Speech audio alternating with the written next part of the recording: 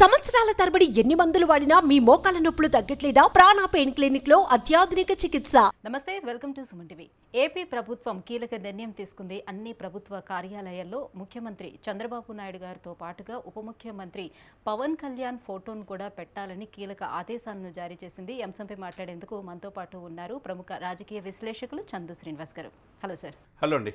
Sir, ప్రమాణ స్వీకారానికి ముందు నుంచే చంద్రబాబు నాయుడు గారు చెప్తూనే వస్తున్నారు, పవన్ కళ్యాణ్ గారికి ఎటువంటి పదవినిచ్చినా కూడా నాతో పాటు సమాన హోదా అతనికి ఉంటుందని చెప్పిన దాని ప్రకారమే సో ఈరోజు ఆయన తీసుకున్నటువంటి నిర్ణయం మనం చూసినట్లయితే సో అన్ని ప్రభుత్వ కార్యాలయాల్లో నాతో సమానంగా నా ఫోటోతో పాటు అతని ఫోటో కూడా ఉండాలని ఇటువంటి ఆదేశాలు జారీ చేయడం ఎలా చూడొచ్చు మనం? చాలా మంచి శుభ పరిణామం. చంద్రబాబు నాయుడు గారిలో ఈ మార్పు ఎవరు ఊహించలా. ఆయన చెప్పాడు ఆల్రెడీ, నన్ను మారిన చంద్రబాబు గారిని చూస్తారని. నిజమే, ఆయనకు 4.5 దశాబ్దాల అనుభవంలో ఆయనకి చేయూతనందించిన పవన్ కళ్యాణ్ గారు ఇచ్చిన ఇంపార్టెన్స్ గతంలో ఎవరు ఇవ్వాల. రాజ్యాధికార దిశగా పవన్ కళ్యాణ్ గారు రావాలని, ముఖ్యమంత్రి కావాలని కోరుకున్న కలలు నేటితో చంద్రబాబు నాయుడు గారు తీసుకున్న నిర్ణయంతో ఆయన ఇప్పుడు ముఖ్యమంత్రి కాకపోయినా ఉప ముఖ్యమంత్రి అయినా రాజ్యాధికారంలో భాగమయ్యాడు అనేది అనుకోవాలా. అందరూ చాలా ఆనందపడాల్సిన విషయం. ఎందుకంటే చంద్రబాబు నాయుడు గారు తీసుకున్న ఈ నిర్ణయం నేటి తరం రాజకీయ నాయకులకు స్ఫూర్తివంతమైంది. ఎందుకంటే గతంలో ఈ రాష్ట్రంలోనే కాదు, మిగతా రాష్ట్రాల్లో, దేశంలో ఏ రాష్ట్రంలో కూడా ఈ పని చేయరు, ఆ ప్రయత్నం కూడా చేయరు. సపోజ్ పక్కన ఉన్న కర్ణాటక రాష్ట్రం కావచ్చు, మనం చూసాం. డిప్యూటీ సీఎం చేసి కొన్ని పదవులు ఇచ్చారు తప్పితే సరి సమానంగా ముఖ్యమంత్రితో పాటు ఫోటో పెడతాం అనేది ఎక్కడ లేదు. తెలంగాణ రాష్ట్రంలో కూడా లేదు. కానీ ఇక్కడ ఐఎన్పి అధికారులకి చంద్రబాబు నాయుడు గారు ఆదేశించిన తీరు త్వరితగతిన ప్రతి ప్రభుత్వ కార్యాలయాల్లో నాతో పాటు పవన్ కళ్యాణ్ గారి ఫోటో కూడా ఉండాలి అని అనటం, ఆదేశించటం ఆయన రాజకీయ పరిణతికి, ఆయన అనుభవానికి హ్యాట్స్ ఆఫ్ చెప్పాలి. ఎందుకంటే ఓన్ చేసుకున్నారు జనసేన కార్యకర్తలు, టీడీపీ, బీజేపీ ముగ్గురు ఓన్ చేసుకోబట్టి ఈ రోజున అఖండ మెజార్టీతో 164 సీట్లు వచ్చి 11 సీట్లకి పరిమితం అవడం అంటే మామూలు విషయం కాదు. ఈ సందర్భంగా ప్రత్యేకంగా చంద్రబాబు నాయుడు గారి కృతజ్ఞతలు చెప్పాలి. జనసేన కార్యకర్తలు కూడా ఎక్కడ డేలా పడాల్సిన అవసరం లేదు. ఆల్రెడీ రాజ్యాధికారులు భాగమైపోయాడు. ఈరోజు ఉప ముఖ్యమంత్రి గారు ప్రముఖ శాఖలు డిప్యూటీ సీఎంతో పాటు 6 శాఖలు వచ్చినట్టే. ఇప్పుడు 6 శాఖలు కూడా అత్యంత ప్రధానతమైన శాఖలుగానే మనం గమనించాలి. ఇకపోతే దీంతో పాటు మీరన్నట్టుగా ప్రభుత్వ కార్యాలయాలనే కాకుండా అది సీఎం ఆఫీస్ కావచ్చు, మిగతా మంత్రులు కావచ్చు, మిగతా ఏ ప్రభుత్వ కార్యాలయంలో, జిల్లా ఆఫీసులో, కలెక్టరేట్ ఆఫీసులో కూడా వీళ్ళిద్దరు ఫోటోలు ఉండాల్సిందే. ఓవరాల్గా ఆంధ్రప్రదేశ్ మొత్తం, ఇంక్లూడింగ్ ఏపీ భవన్తో సహా, ఢిల్లీతో సహా. దీంతో పాటు ప్రభుత్వ కార్యకలాపాలన్నింటిలో కూడా చంద్రబాబు నాయుడు గారితో కూడా ఫోటోతో పాటు పవన్ కళ్యాణ్ గారి ఫోటో కూడా పెట్టమని ఐఎన్పిఆర్ అధికారులకి ఇమీడియట్గా ఆదేశించాడు. అది మామూలు విషయం కాదు. అంటే ప్రభుత్వ శాఖ కార్యాలయాలతో పాటు ప్రభుత్వ కార్యక్రమాల్లో ఇరువురి ఫోటోలు పెట్టాలి అనటం అనేది ఫస్ట్ టైం చంద్రబాబు నాయుడు గారు తీసుకున్న నిర్ణయం. చాలా ఆహ్వానించదగ్గ పరిణామం. చాలా అంటే ఇది హర్షాతనికతలు. అంటే మేధావులు, చాలా ఇంటలెక్చువల్స్, విశ్లేషకులు కూడా ఆశ్చర్యానికి గురి చేసిన చంద్రబాబు నాయుడు గారు అంటే ఇప్పుడు గెలిచే వరకు ఒక మాదిరిగా ఉంటుంది చంద్రబాబు నాయుడు గారి తీరు, గెలిచిన తర్వాత ఇంకొక మాదిరిగా ఉంటుంది అని వైసీపీ చేసినటువంటి కామెంట్స్ కావచ్చు, లేదనంటే కొంతమంది కాపు పెద్దలు చేసినటువంటి కామెంట్స్ కావచ్చు. సో వీటన్నిటికీ కూడా ఒక చెంపపెట్టులాగే ఈరోజు ఆయన తీసుకున్నటువంటి నిర్ణయం కనిపిస్తుంది. 100% అసెంబ్లీ గేటు దాటిని అన్నలందరూ ఎవరు కూడా గేటుకు వచ్చే పరిస్థితి లేదు. ఆ సెక్రటరియట్లో అడుగుపెట్టే ప్రసక్తి లేదు. ఆయన హోందాగా వెళ్తాడు 21 మంది ఎమ్మెల్యేలతో. హోందానే కాకుండా చంద్రబాబు నాయుడుతో సరిసమానంగా, మీరు చెప్పినట్టు నా వెనక కాదు నాతో పాటు నా సరిసమానంగా భాగస్వామి ఉంటాడని మాట ఇచ్చాడు చంద్రబాబు నాయుడు. ఆ విధంగా ఇద్దరు కలిసి వెళ్ళటం, ఒకవైపు శాసనసభలో కావచ్చు, శాసనమండలిలో కావచ్చు, ఇరువురు ప్రాధాన్యత. రాష్ట్ర వ్యాప్తంగా పవన్ కళ్యాణ్ చరిష్మా ఏంటని తెలిసింది. ఒకప్పుడు చంద్రబాబు నాయుడు గారు, ఇప్పుడు చంద్రబాబు నాయుడు గారు అధికారం వచ్చేదాకా ఉపయోగించుకుంటాడు, వాడేస్తాడు. చంద్రబాబు నాయుడు గారు నమ్మొద్దు, పవన్ విండుడుగా పోటీ చేయని, వీళ్ళిద్దరు కలగకూడదని వైసీపీ అనుకున్నది. పవన్ కళ్యాణ్ తెలుసు ఓటు చెల్లకుండా రాజకీయం ఎలా చేయాలి, ప్రభుత్వాన్ని ఎలా గద్దెదించాలో తెలుసు. ఆయన ఫార్ములా ప్రకారం వర్కౌట్ అయింది. అందుకే రాజకీయం ఎత్తుగడలు నాకు వదిలిపెట్టండి అని ఒక సభలో మాట్లాడడం కూడా జరిగింది. వ్యూహాలు నాకు వదిలిపెట్టండి అన్నాడు. ఇప్పుడు ఇంక్లూడింగ్ అండి 3 మంత్రి పదవులు తీసుకున్నారు. ఎవరు? నాదెండ్ల మనోహర్ మంచి ఆహారము, పౌర సరఫరాలు, తర్వాత కన్జ్యూమర్ అఫైర్స్ తీసుకున్నాడు. అదేవిధంగా కందులు దుర్గేష్ టూరిజము, సాంస్కృతిక, 3వ శాఖ కూడా మంచి శాఖ ఆయన కూడా సినిమా ఫోటోగ్రఫీ తీసుకున్నాడు.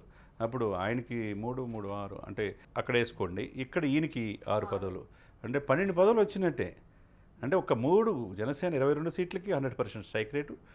100% స్ట్రైక్ రేటు 21 మందే కాకుండా వాళ్ళని టీడీపీ అభ్యర్థులు గెలిపించడం, బీజేపీ అభ్యర్థులు గెలిపించడంలో ప్రముఖ పాత్ర ఉందనే కదా. ఇంతవరకు మన చరిత్రలో ఎప్పుడైనా మీకు కూడా దాదాపుగా 20 సంవత్సరాల నుంచి మీడియాలో ఉన్నట్టున్నారు. ఎప్పుడైనా ఏ ముఖ్యమంత్రి అయినా ఇంత సరిసమానంగా డిప్యూటీ సీఎంని, గతంలో 4 డిప్యూటీ సీఎంలు ఇచ్చారు జగన్మోహన్ రెడ్డి గారు. ఏ డిప్యూటీ సీఎంకి అసలు హోదా కానీ వాళ్ళ ట్రాన్స్ఫర్లు కానీ చివరికి వాళ్ళకేమీ తెలియవు, కేవలం పేరుకే అన్ని సామాజిక వర్గాల దగ్గర తీసుకున్నట్టుగా ఇది. అదేవిధంగా ఇక్కడ కూడా ఏం చేశారు తెలంగాణ కూడా మనం చూసాం. కానీ దానికి విరుద్ధంగా రేవంత్ రెడ్డి గారు ఒకే ఒక బట్టి విక్రమార్కని ఇక్కడ సీఎం చేయటం, అక్కడ డీకే శివకుమార్ని కర్ణాటకలో చేయటం, చేసినా కానీ సరిసమానంగా ముఖ్యమంత్రి పక్కన ఫోటోలు ఏదో ఉండవు. ఇక్కడ ఫస్ట్ టైం ఆంధ్రప్రదేశ్ చరిత్రలో ఈ నిర్ణయం తీసుకోవటం చాలా అంటే మీరన్నట్టు చెంపపెట్టే విమర్శించే వాళ్ళకి, చంద్రబాబు నాయుడు నమ్మకూడదు అనే వాళ్ళకి, కొంతమంది విశ్లేషకుల రూపంలో ఉండే వాళ్ళందరికీ కూడా ఇది ఒక రకంగా చెంపపెట్టే. అంటే చంద్రబాబు నాయుడు గారు ఏ విధంగా పవన్ కళ్యాణ్ని ఎమర్జ్ చేస్తున్నాడు, నెక్స్ట్ జనరేషన్ ఇప్పుడు ముఖ్యమంత్రి, ఉప ముఖ్యమంత్రి, నెక్స్ట్ ముఖ్యమంత్రిగా అవతరించే అవకాశాలు స్పష్టంగా ప్రస్ఫుటంగా ఉన్నాయనేది కనపడుతుంది. సో అయితే ముందు నుంచి ఏమనుకున్నారంటే లా అండ్ ఆర్డర్ లేదంటే హోంశాఖ, లా అండ్ ఆర్డర్, హోంశాఖ ఈ ముఖ్యమైనటువంటి కీలకమైనటువంటి పదవులు తీసుకునే అవకాశం ఉన్నట్టుగా మనకి తెలిసొచ్చింది. కానీ చూస్తే మనకి ఇక్కడ పంచాయతీరాజ్, గ్రామీణ అభివృద్ధి శాఖ, అలాగే అటవీ శాఖ, అలాగే పర్యావరణం and science and technology. So ఇలాంటివి తీసుకోవడానికి ఏంటి రీజన్స్ అయి ఉండొచ్చు? డెఫినెట్గా అండి, మీరన్న మంచి క్వశ్చన్ అడిగారు. ఆయన హోంశాఖ తీసుకోవాలి అని చెప్పి చాలామంది అనుకున్నారు ఆయన లా అండ్ ఆర్డర్ క్రమశిక్షణలో పెట్టాలంటే. గ్రామీణాభివృద్ధి శాఖ పవన్ కళ్యాణ్ గారు తీసుకుంది చాలా ఉన్నతమైన ఇది. ఎందుకంటే ఆయన సాధించాలనుకున్నది గ్రామస్థాయిలో ప్రజలకు చేరువవచ్చు, తన పార్టీగా తన సిద్ధాంతాలు ముందుకెళ్ళచ్చు, ప్రజలకు ఏ కష్టాలు ఉన్నో ఐడెంటిఫై చేసుకోవచ్చు. గ్రామాల్లో ప్రతి ఒక్కటి కనెక్టివిటీ ఉంటుంది వాళ్ళకి. ఎందుకంటే ఆ శాఖతో పాటు నేను చెప్పినట్టుగా కేంద్ర సహాయ మంత్రిగా పెమ్మసాని చంద్రశేఖర్ తీసుకోవటం, టీడీపీ తరపున గుంటూరు ఎంపీగా పోటీ చేయడం, అక్కడ వీళ్ళిద్దరు అండర్స్టాండింగ్తో మోదీ గారితో ఉన్న సన్నిహిత సంబంధాలు. ఆంధ్రప్రదేశ్ రాష్ట్రానికి కావాల్సిన ప్రతి గ్రామానికి ఏం కావాలి, 1104 మండలాలతో పాటు కొన్ని వేల గ్రామాలకి ఏం కావాలనేది వాళ్ళ కోరికలు తీర్చే అవకాశాలు స్పష్టంగా ఉన్నాయి. ఇక అది ప్రధానమైనది. తర్వాత పంచాయతీరాజు, ఈ గ్రామాలతో పాటు గ్రామీణాభివృద్ధితో పాటు గ్రామాల డెవలప్మెంట్తో పాటు పంచాయతీలు, ప్రతి పంచాయతీలు కూడా సర్పంచులకి మంచి అధికారాలు ఇచ్చి ఆ యొక్క లిమిట్స్లో ఎవరి కోరికలు ఏంటనేది తెలుసుకోవడానికి, గ్రామాన విస్తరించడానికి, ప్రజల కోరికలు తెచ్చడానికి చాలా పవర్ఫుల్ పోస్ట్ పంచాయతీరాజ్. నిధులు ఎక్కువ ఉంటాయి సెంట్రల్ నుంచి. అదేవిధంగా మీరన్నట్టు గ్రామీణ అందరికీ తాగునీరు, ఇంటికి కుళాయి ఇస్తామని చెప్పి వాగ్దానం చేశారు. అది కూడా గ్రామీణ తాగునీరు పథకం ఈయన చేతిలోనే ఉంది, వాగ్దానం మేనిఫెస్టోలో పెట్టినట్టు. ఇంకోటి పర్యావరణం, ఈయనకి ఇష్టమైనది. టైం దొరికినప్పుడల్లా ఫామ్ హౌస్కి వెళ్తారు. ఏం ఆశించకుండా మనం కూర్చునే కుర్చీ, చివరికి పడుకునే బెడ్, చివరికి 4 కట్టెల్లోనే మనిషి చనిపోయిన తర్వాత కూడా ఆ మొక్క విలువ ఆయనకు తెలుసు. అలా విధంగా ఫామ్ హౌస్ కానీ మొక్కలు ఎక్కడ కార్యక్రమాలు చేసినా చాలా ఆర్గనైజేషన్ నాగబాబు గారి ద్వారా, చిరంజీవి గారి ద్వారా ప్రతి బర్త్డే పార్టీలో కూడా మొక్కలు నాటమని చెప్పి చిరంజీవి గారు పిలిపించారు, నాగబాబు గారు ఇచ్చారు, పవన్ కళ్యాణ్ గారు ఇచ్చారు. కాబట్టి ఆ పర్యావరణం ఆయనకి రావటం, ఆయన సేంద్రీయ వ్యవసాయం చేస్తుంటాడు, ఆవులు పెంచుతుంటాడు, ఇవన్నీ ఆయనకి కలిసి వచ్చే అవకాశం ఇష్టపడి తీసుకున్నట్టుగా పర్యావరణం కనపడుతుంది. ఆ పర్యావరణంతో పాటు ఈ యొక్క హెచ్చుతగ్గులు ఇవన్నీ కూడా ఇష్టం కాబట్టి దాన్ని ఐక్యరాజ్య సమితి వరకు ఆయన యొక్క ఈ దృష్టిని ప్రపంచానికి కూడా తెలియజేసే అవకాశాలు స్పష్టంగా ఉన్నాయి. దాంతోపాటు అటవీ శాఖ, అటవీ సంపద తరిగిపోతుంది. మనకి శేషాచల కొండల్లో రెడ్ శాండిల్స్ మొత్తం ఏమవుతున్నాయో కూడా మన గత ప్రభుత్వాలు అనేక ఆరోపణలు వచ్చినాయి. అవన్నీ కంట్రోల్లో పెడతానికి అటవీ శాఖ అనేది వెరీ పవర్ఫుల్ పోస్ట్ అనమాట. దాంతోపాటు సైన్స్ అండ్ టెక్నాలజీ, నేటి యువతరం సైన్స్ అండ్ టెక్నాలజీ ఇంప్రూవ్ చేసుకుంటే మన ఇస్రో శ్రీహరికోటలో ఎలా ఉంది, నెల్లూరు శ్రీహరికోటలతో పాటు బెంగళూరులో ఎలా ఉంది, షార్లో, ఇవన్నీ కూడా మన యొక్క ఆంధ్రప్రదేశ్ చెందిన వాళ్ళు ప్రపంచవ్యాప్తంగా ఈ యొక్క ఉపగ్రహాలు తయారు చేయడంలో ఏ విధంగా ముందుకెళ్తున్నారో ఈ సైన్స్ అండ్ టెక్నాలజీ నేటి యూనివర్సిటీ స్టూడెంట్స్ కావచ్చు, యూత్కి చాలామందికి ఏదో 3-4 అనుకున్నారు, 7 కీలక శాఖలు ఇచ్చారు. ఈ శాఖలు మళ్ళీ ఎవరికి ఇచ్చే కాదు, ఆయన సమర్థవంతంగా నిర్వర్తించగలడు అనే ఉద్దేశంతో ఇచ్చినాయి. అదేవిధంగా జనసేనకి ఎక్కడ తక్కువ చేయాల, 21 సీట్లకి 3 ఇచ్చారు.